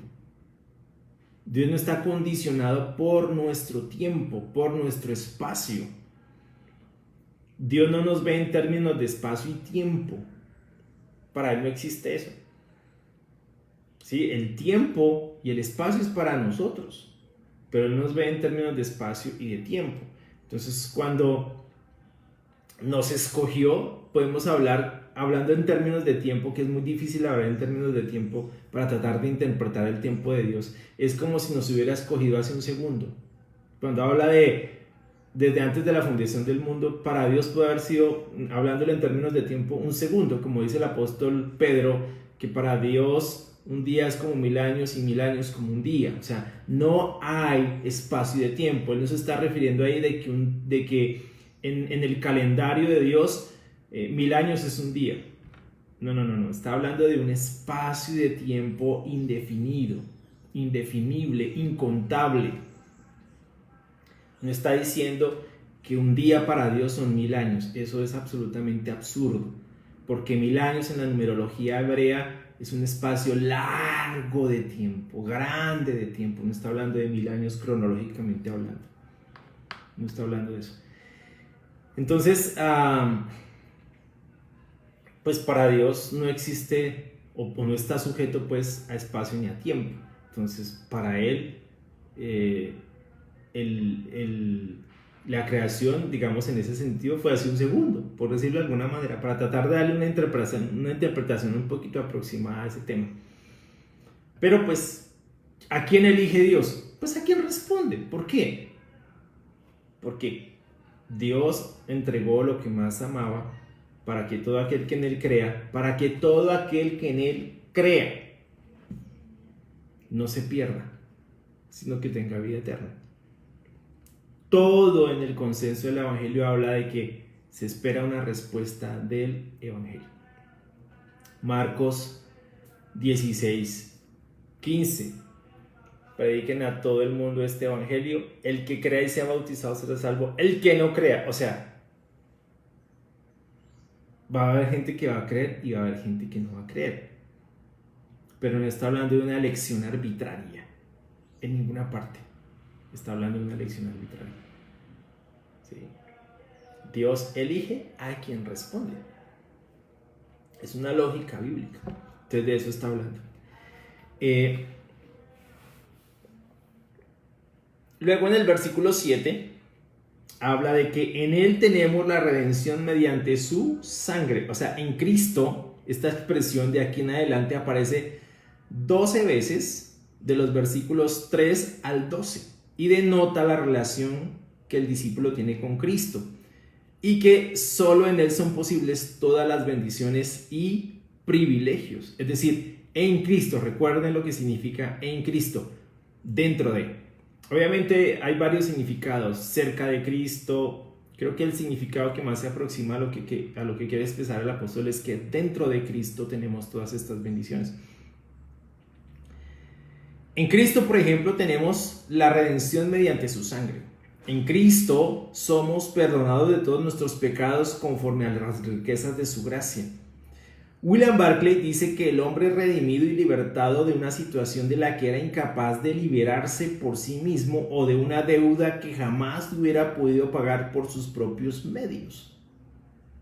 Somos redimidos en Cristo, es decir, no es una salvación que nos corresponde a nosotros. El misterio al que se refiere Pablo es en esencia Cristo y todo el plan de redención. Dios nos concedió conocer ese misterio que estuvo escondido antes, lo que se constituye como un inmerecido privilegio. Pero en Cristo somos redimidos por su sangre. En Cristo. Recuerden que estamos hablando de cómo está constituida la iglesia. Dice que en Cristo también fuimos hechos herederos, ¿no? Él nos hizo conocer el misterio de su voluntad conforme al buen propósito de su que de antemano estableció en Cristo para llevarlo a cabo cuando se cumpliera el tiempo, reunir en Él todas las cosas, tanto las del cielo como las que están en la tierra, que habla de la reconciliación que Cristo efectuó. Luego en el versículo 11 dice, en Cristo también fuimos hechos herederos, pues fuimos predestinados según el plan de aquel que hace todas las cosas conforme al designio de su voluntad, a fin de que nosotros, que ya hemos puesto nuestra esperanza en Cristo, seamos para alabanza de su gloriosa gracia. Entonces, en Cristo fuimos hechos herederos. Algunos comentaristas lo interpretan en un sentido pasivo, como lo hacen Bonnet y Shorter, en el cual también fuimos hechos herederos. Como hijos adoptivos heredamos todo lo que el Padre dispone. Esta herencia es una posesión presente y recíproca. Con todo, si fuimos hechos herederos o si fuimos escogidos como herencia de Dios, como hijos adoptivos somos igualmente herederos de las bendiciones divinas y somos la porción escogida. Es una relación bienaventurada de cualquier modo. Esto ha sido hecho posible por medio de aquel en quien todas las cosas son reunidas, Cristo. La iniciativa y la acción son exclusivas de parte de Dios. Entonces fuimos hechos herederos. Dice, pues fuimos predestinados según el plan de aquel que hace todas las cosas conforme al designio de su voluntad, a fin de que nosotros, que ya hemos puesto nuestra esperanza en Cristo, seamos para alabanza de su gloria. Increíble, en Cristo fuimos hechos herederos. ¿Herederos de qué? Del reino. Coherederos con Cristo. O sea, tenemos todos esos privilegios, ¿no? En Cristo. Y finalmente, en el versículo 13 dice, en Él también ustedes, dice, cuando oyeron el mensaje de la verdad, el evangelio que les trajo salvación, y lo creyeron, ojo, oír, creer el mensaje. Entonces esto nos aclara un poquito más el tema de la predestinación. Dios espera que nosotros creamos. Al ser creados, al creer en el evangelio, damos evidencia de que fuimos pues obviamente predestinados, porque Dios espera que respondamos al evangelio. Que les trajo salvación y lo creyeron, fueron marcados con el sello que es el Espíritu Santo prometido. Ahora, se nos dio el Espíritu Santo como sello, como sello. Entonces, un sello, generalmente en la antigüedad, un sello que se le ponía a un documento, era una, como una, ¿cómo se llama eso? Una mezcla de cera que se colocaba a un documento y el documento tenía impreso el anillo del rey o de la persona que enviaba la carta o enviaba el documento. Ese sello era un sello de autoridad, indicaba la autoridad que tenía ese sello. Entonces no cualquiera podría abrir ese sello. Ese documento era oficial por el sello que tenía. Entonces era un sello bastante importante. El Espíritu Santo es el sello de nuestra, pues que nos hace que propiedad de Dios. El Espíritu Santo nos hace propiedad de Dios y garantiza nuestra herencia. O sea, el Espíritu Santo es el sello de esa herencia que recibimos en Cristo. Hasta que llegue la redención final del pueblo adquirido por Dios para la alabanza de su gloria. Hasta que llegue la redención final del pueblo adquirido por Dios. La redención final, evidentemente, es el día del Señor cuando Jesucristo regrese. Del pueblo adquirido por Dios. Nuevamente aquí se presenta la idea de que la iglesia no es una buena idea de algún ser humano. Es un pueblo adquirido por Dios para alabanza de su gloria. Nuevamente, aquí se establece el propósito que nosotros tenemos como iglesia. ¿Cuál? Honrar y glorificar a Dios en virtud de lo que Él hizo en nosotros. Entonces, en esta primera parte nos damos cuenta de que la iglesia no empezó por la idea de un ser humano. Empezó por el Padre en el Hijo. Esas fueron las dos cosas que hablamos el día de hoy. Empezó por el Padre en el Hijo.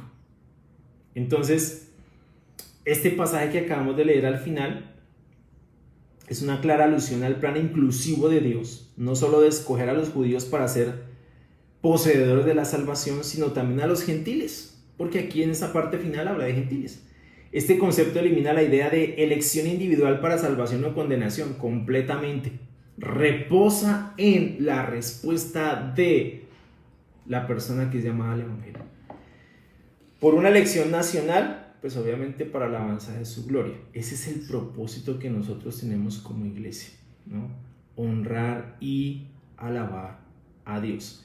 La misión de la iglesia. Entonces hay una distinción entre propósito y misión. El propósito de la iglesia es honrar a Dios. Vivimos para eso, para honrar a Dios. La misión de la iglesia es ir y hacer discípulos. Esas son dos cosas distintas, ¿sí? Pero entonces hablamos hoy de estas dos cosas. ¿Cómo se constituyó la iglesia? Por el Padre en el Hijo. De esas dos cosas hablamos el día de hoy. Entonces vamos a dejar hasta ahí. Mañana continuamos con versículo 15 en adelante, que es la oración, la acción de gracias e intercesión que Pablo hace por todos los santos. Espero que les haya quedado claro.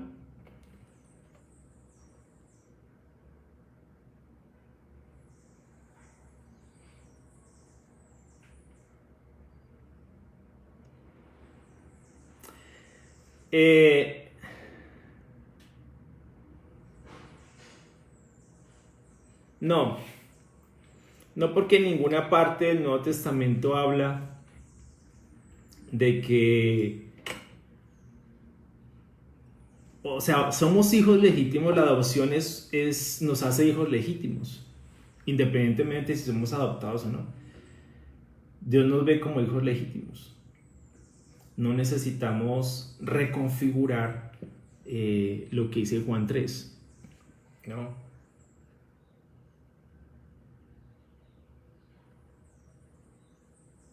No porque Juan 3 no invalida el que somos adoptados. Juan 3 no invalida eso. Entonces no se puede concebir de ese modo. ¿Sí? Si hubieran varios pasajes que dijeran, no, es que no somos adoptados, somos hijos naturales, pues obviamente sí se podría decir de esa manera. Pero Juan 3 no invalida la adopción. Juan 3 realmente lo que está diciendo es que somos adoptados, no somos naturales, nacimos de nuevo. Hay algo muy interesante y es que todos los seres humanos somos, digámoslo así, hijos de Dios por creación, pero no por adopción. Entonces, al creados de nuevo, somos adoptados como hijos, porque el único hijo que tuvo Dios fue Jesús. Por lo menos es lo que expresa la Escritura. Los demás somos adoptados. ¿Sí? Entonces somos hijos de Dios por creación, porque obviamente fuimos hechos a imagen y semejanza de Dios, pero hijos por adopción solamente los que ponen su fe en Cristo. Es lo que dice Juan 1:12, es lo que dice Gálatas 3:26-27 y es lo que acabamos de leer en estos pasajes. Entonces no se puede reconfigurar así el tema de la adopción. Juan 3 no invalida el hecho de que somos adoptados.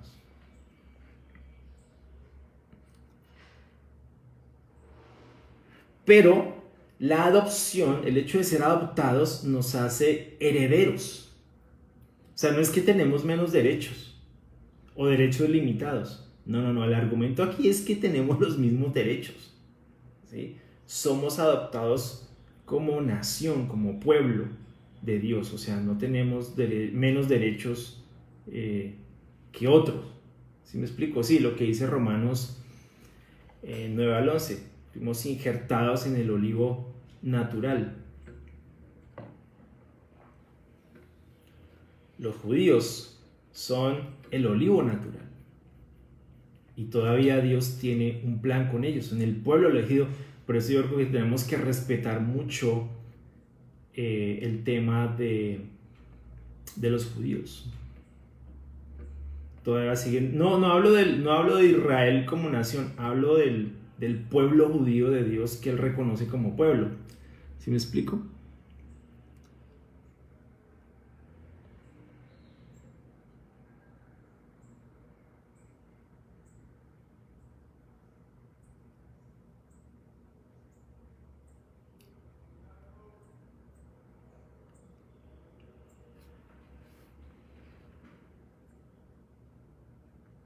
Claro, la adopción es la diferencia entre el pueblo de Israel y los gentiles. Aunque ambos somos adoptados, porque Dios escogió a Israel de entre todas las naciones del mundo.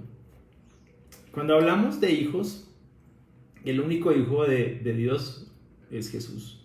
Los demás somos adoptados. Pero el pueblo elegido, naturalmente, el olivo natural, es el pueblo judío.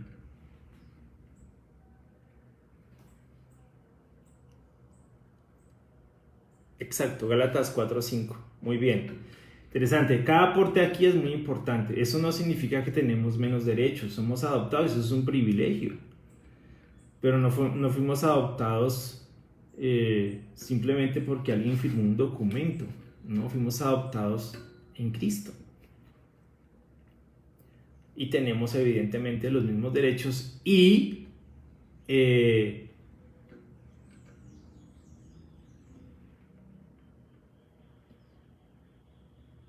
exacto, sí, lo que dice Hugo es cierto. Entonces tenemos los mismos derechos. Y de hecho el Espíritu Santo es la garantía o el sello de nuestra salvación. Entonces ahí no hay lío. Ahí no hay lío. Gracias a todos. Amor. Sí, ya me enteré, ya no me contó. Vamos a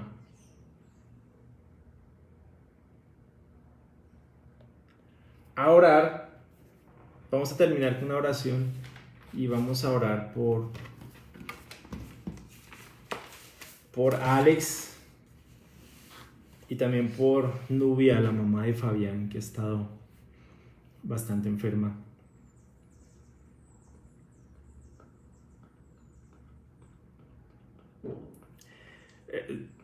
Muy seguramente tenemos un padre diferente a Dios.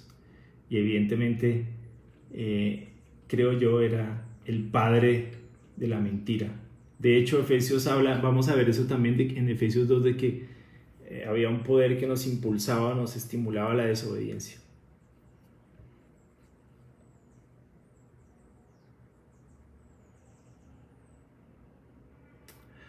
Hasta donde yo sé, la imposición de manos era algo que solamente podían hacer los apóstoles para conferir las manifestaciones como tal del Espíritu Santo.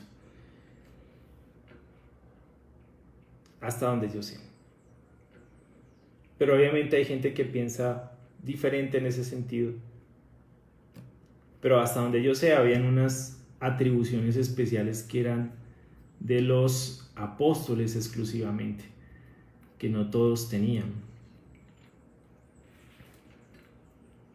Que hoy se han como desfigurado, se han vuelto muy... sí, las han deformado, ¿no? Por ejemplo, la imposición de manos se ha deformado. De hecho, es interesante que en el evento de cuando Pedro impone las manos a unas personas, Simón el mago ofrece dinero para tener ese poder. Eso se llama simonía. Y muchos hoy están incurriendo en el tema de la simonía, ¿no? Queriendo obtener dinero con algo que es un don de Dios. Entonces hay que tener mucho cuidado con eso. Bueno, vamos a terminar con una oración. Muchas gracias. Padre, gracias por este tiempo, gracias por tu palabra, Señor, gracias por la oportunidad que nos das de orar. Te pido, Señor, que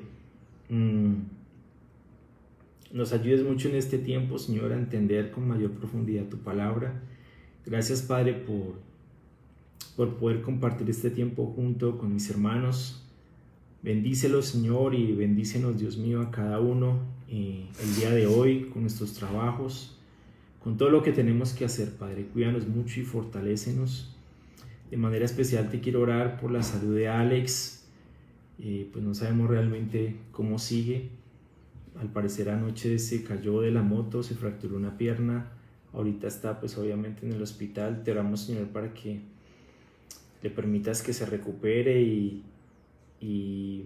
las cosas salgan bien, Señor. Te oro mucho por la tranquilidad de Diana, de Camilo, de la familia, Señor, de mi esposa, porque realmente es una situación muy difícil y obviamente pues es muy difícil hacer algo desde acá, pero te pedimos, Señor, que estés en control y que permitas que todo salga bien para él y para Diana, para Camilo y pues obviamente para la familia. También queremos orarte por doña Nubia, la mamá de Fabián. Estaba un poco mejor, pero te seguimos orando por su salud y pues lógicamente por la tranquilidad de Fabián. Gracias, Señor, por poder orar. Nos ponemos en tus manos, te agradecemos por todas y cada una de tus bendiciones y en el santo nombre de tu Hijo te oramos, Padre. Amén. Gracias, hermanos.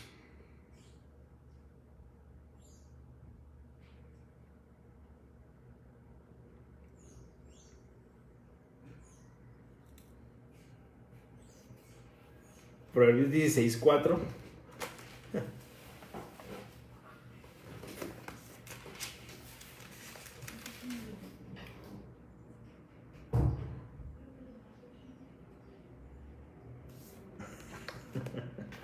Eso es uno de los proverbios o de los pasajes más difíciles.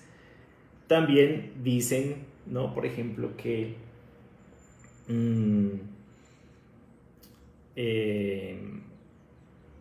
con ese pasaje, es uno de los versículos con los que apoyan el tema de la predestinación hipercalvinista, ¿no? Pero ¿cuál es el problema con eso? Que cuando lo interpretan de esa manera, culpan a Dios o responsabilizan a Dios por el mal. En la predestinación hipercalvinista dice que Dios es soberano y obviamente yo estoy completamente de acuerdo con eso, pero dicen que Dios es el responsable aún del mal, que Él causa el mal. Eso no es verdad. Dios posibilita el mal, que es muy diferente. Cuando nos da libre albedrío, ¿no? hace evidente la posibilidad del mal, pero no lo causa. Él no es el causante del mal. El causante del mal es nuestro libre albedrío como criaturas morales creadas por Dios de manera perfecta. Pero Dios no causa el mal, lo posibilita, que son dos cosas muy diferentes. Pero nos da libre albedrío para elegir entre lo bueno o elegir lo malo. Se da esa posibilidad, porque Dios no nos hizo robot. Entonces, en esa posibilidad, hasta el malvado, ¿sí?, fue hecho para el día del desastre. O sea, cuando Dios permite la posibilidad del mal, el malvado está hecho en ese sentido para el día del desastre. Pero no es que Dios hace al malvado. Dios no hace malvados. Porque eso, si lo concluyéramos de esa manera, estaremos diciendo que Dios es malo y que Dios es bueno al mismo tiempo. Dios no puede hacer el mal. La Biblia dice eso claro en Santiago 1. Dios no tienta a nadie al mal, ni es tentado por el mal. No hay nada mal en el ser de Dios. Pero Él sí posibilita, digámoslo redundando un poco, esa posibilidad. Cuando nos crea como seres humanos con libre albedrío, da esa posibilidad, abre esa posibilidad, porque no estamos programados, no somos robots, ¿no? Digamos que genera esa posibilidad de que haya mal, y ese malvado está hecho para el día del juicio. Lo cierto es que el malvado va a tener que responder por sus actos. ¿Sí? Muchos intérpretes han dicho que Dios es el que causa el mal, pero eso es atribuirle al carácter de Dios algo que no es su esencia. El que Dios posibilite el mal no lo hace su responsable. Es como cuando tú como papá le das libertad a tu hijo y le adviertes todo, pero le das libertad, mira, de aquí en adelante tú eres libre de tomar tus decisiones. Pero no le estás diciendo que haga lo malo. No, le estás diciendo que tome sus decisiones, pero también le estás planteando todas las posibilidades, en la medida de tus posibilidades. Tú abres esa posibilidad, abres ese riesgo, pero no lo causas. Porque si Dios fuera el responsable del malvado, entonces Dios tenía que responder por ese malvado. ¿Por qué juzgar al malvado si Él creó el malvado? No tiene sentido. Si Dios es el responsable del mal, de todo el mal que ocurre, ¿por qué nos va a responsabilizar del mal? No tiene lógica. En lo absoluto, no tiene lógica. Entonces, el que Él posibilite el mal, el que esa posibilidad que quede abierta por nuestro libre albedrío, no lo hace responsable. No. Pero Él nos advirtió, siempre nos advirtió lo bueno y lo malo. Esto es bueno, esto es malo. Por ejemplo, en el jardín del Edén, que dijo, mira, de este árbol no coman, porque si él comen ciertamente morirán. Si Él no les hubiera advertido, entonces muy seguramente el ser humano hubiera dicho, usted no nos advirtió de ese árbol y nosotros comimos, así que es culpa suya. Hubiéramos dicho, estoy seguro que hubieran dicho eso. Si ya nada más Adán le estaba echando la culpa a Dios y a la mujer, imagínate si no le hubiera advertido lo que hubiera dicho. Si ya nada más en ese momento le estaba echando la culpa a Dios, la mujer que me diste por compañera, yo estaba bien solo y usted me la dio a ella fue la que pecó. Si así nomás ya le estaban echando la culpa a Dios por algo que Él no causó, sino Él pensó en un bien para el hombre. No es bueno que el hombre esté solo, no es bueno que el hombre esté solo, voy a hacerle una ayuda adecuada. Él pensó en lo bueno, en un beneficio para el hombre. Pero si Dios hubiese creado el mal, hubiera causado el mal, hubiera sido el causante del mal, entonces no tiene sentido que Él juzgue al malvado por algo que Dios mismo causó. Eso es una contradicción completa de términos. Eso es como si el papá le dice al niño, si llegan a preguntar por mí, diga que yo no estoy. Entonces el niño obedece al papá y luego el papá lo castiga por mentiroso. ¿Tiene sentido eso? No tiene sentido. ¿Sí me explico? No tiene sentido. Es igual, o sea, Dios no creó el mal ni creó al malvado. No. El que posibilite el mal no lo hace responsable del mal. Simplemente nos habla de su soberanía de crear criaturas libres y morales, agentes morales libres que actúan con libre albedrío en esta sociedad, pero que tienen que responder por la libertad que se les concedió dentro del marco de la soberanía de Dios. Amén. Muchas gracias a todos.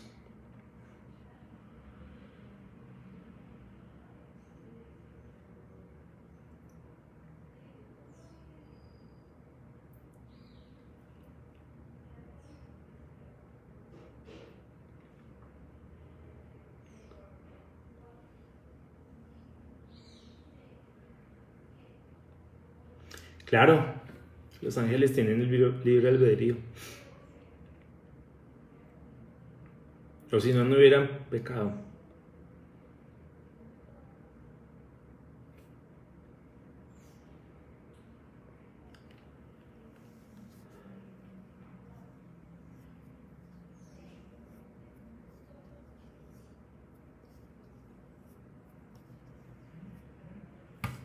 Claro, de hecho, Judas pudo haberse arrepentido. Y si se hubiera arrepentido, que está dentro de esa posibilidad, estaríamos contando una historia muy diferente. ¿Sí? Pero no es que Dios creó a Judas para ser el traidor, porque entonces eso responsabiliza a Dios de la traición de Judas, que es lo que muchos dicen hoy en día, que Judas no tuvo la culpa de nada porque él fue creado para eso, y si él fue creado para eso, no tiene por qué ser condenado a nada. ¿Sí me explico? Pero simplemente él fue la persona, porque el Antiguo Testamento no dice que era Judas.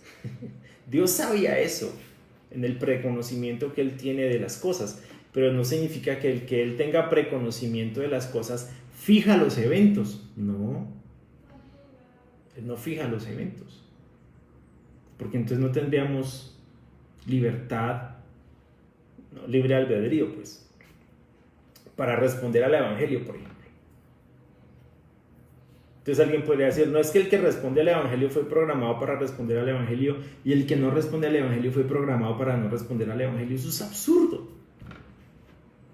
Entonces eso no es libertad, eso es igualmente programación. Es una libertad disfrazada de otra cosa, pero no es libertad. Judas pudo haberse arrepentido. De hecho sintió remordimiento, pero no se arrepintió. Pero pudo haberlo hecho. Si se hubiera arrepentido, hubiéramos narrado una historia distinta. ¿Sí? Así como Pedro pudo no haberse arrepentido. ¿Sí? Entonces el hecho de que Dios vea los eventos no significa que los fija. Todos tenemos la posibilidad de enmendar. Si no hubiera esa posibilidad, ¿para qué Dios la plantea? Si no hubiera la posibilidad de arrepentimiento, de enmendar, de corregir, ¿para qué Dios la plantea? Sería absurdo.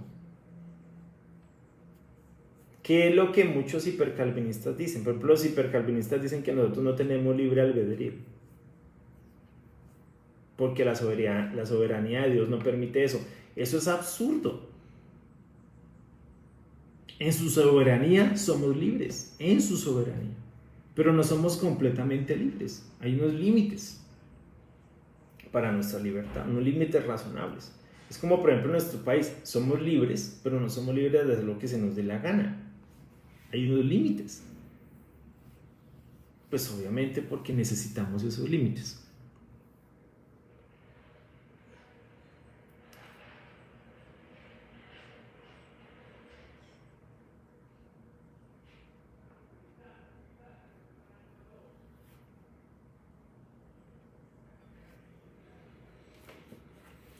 Segunda de Tesalonicenses 2:11.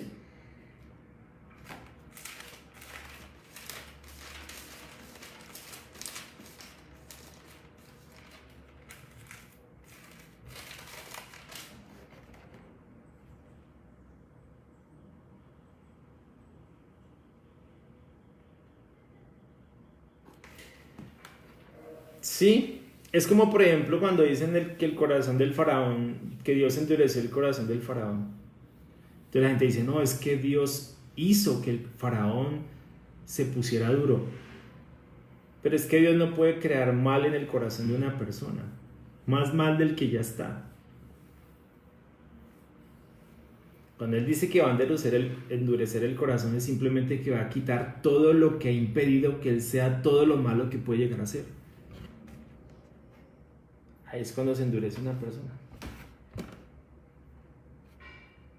Los antiguos tenían un ejemplo para enseñar eso de que Dios endurece el corazón. Ellos decían que era como el sol, endurecía el barro, pero ablandaba la cera. Entonces todo depende de la condición del corazón de una persona.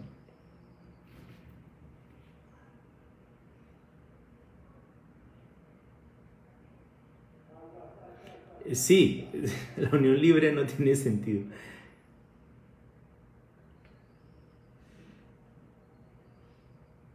Ajá. Ok. Muy bien, gracias a todos por los aportes. Ajá. Muy bien, gracias a todos por los aportes.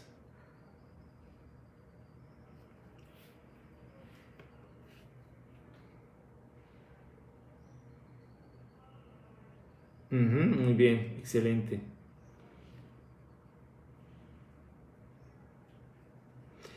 Sí, es posible que el germen del gnosticismo empezó con Simón el Mago, pero no hay mucha evidencia que respalde eso. Es una posibilidad, pero no hay evidencia consistente que respalde eso históricamente. Puede ser que ahí empezó, es posible. Algunos eruditos dicen que es posible que ahí hubiese empezado, pero no son concluyentes.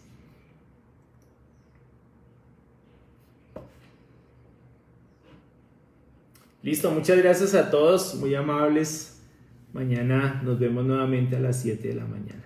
Un abrazo para todos, les pido sigan orando por todos, por las personas que tienen que salir, en fin, por todos y cada uno. Los amo mucho, gracias por el tiempo.